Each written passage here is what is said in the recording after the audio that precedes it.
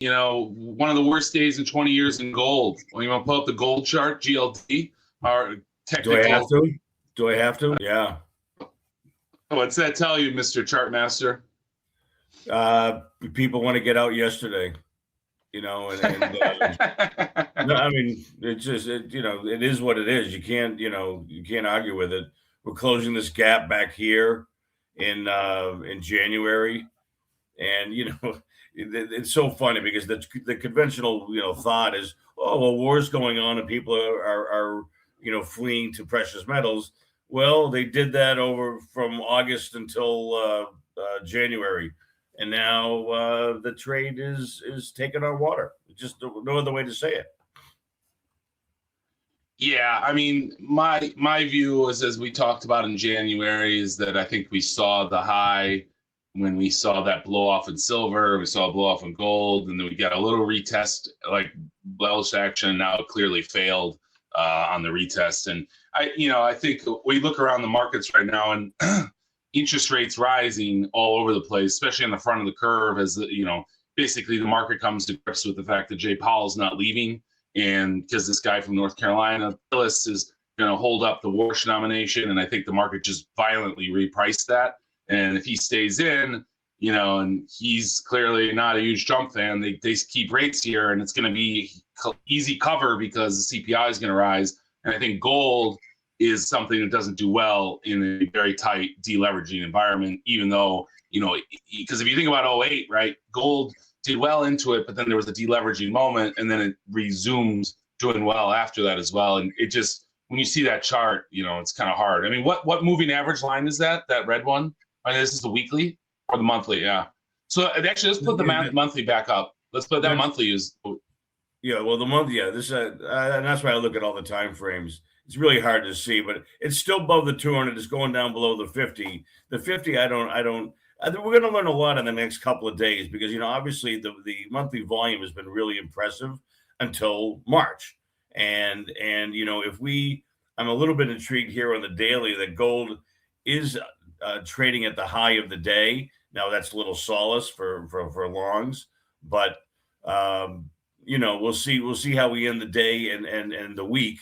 But right now, this is the bull thesis is really being questioned, to put it mildly.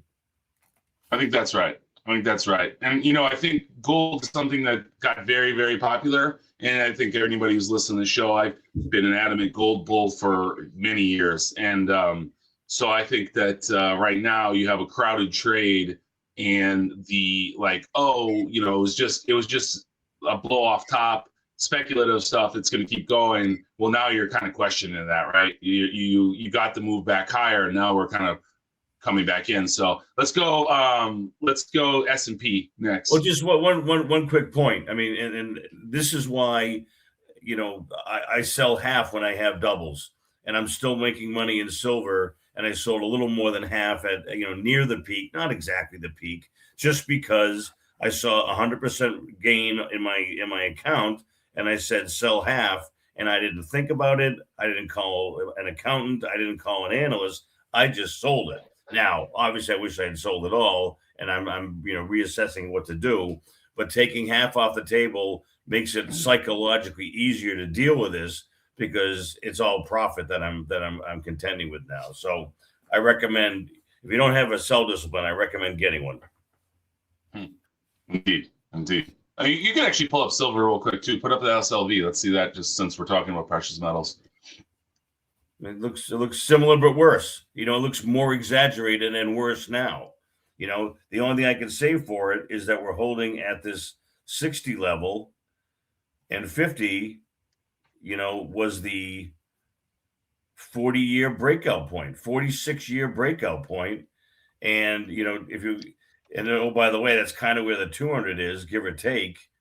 And I don't want to see it much below this 50 level, and that's 13 points away. It's obviously down from 109? Yeah, 109 at the peak. So, let's see if it holds this 60. It too is trading at the high of the day. You still have this gap down. Let's see if and how it closes this gap here from yesterday, and we'll see what happens. But we're clearly in trouble. There's no question about it. Yeah, and I would agree. And then now let's move the S&P real quick. No, I got the SPY. That's what I use, and that's what I mean. It's fine. Yeah, it's 1/10 of the S&P. Oh, there he is. Yeah, David, welcome. Welcome. Sorry about my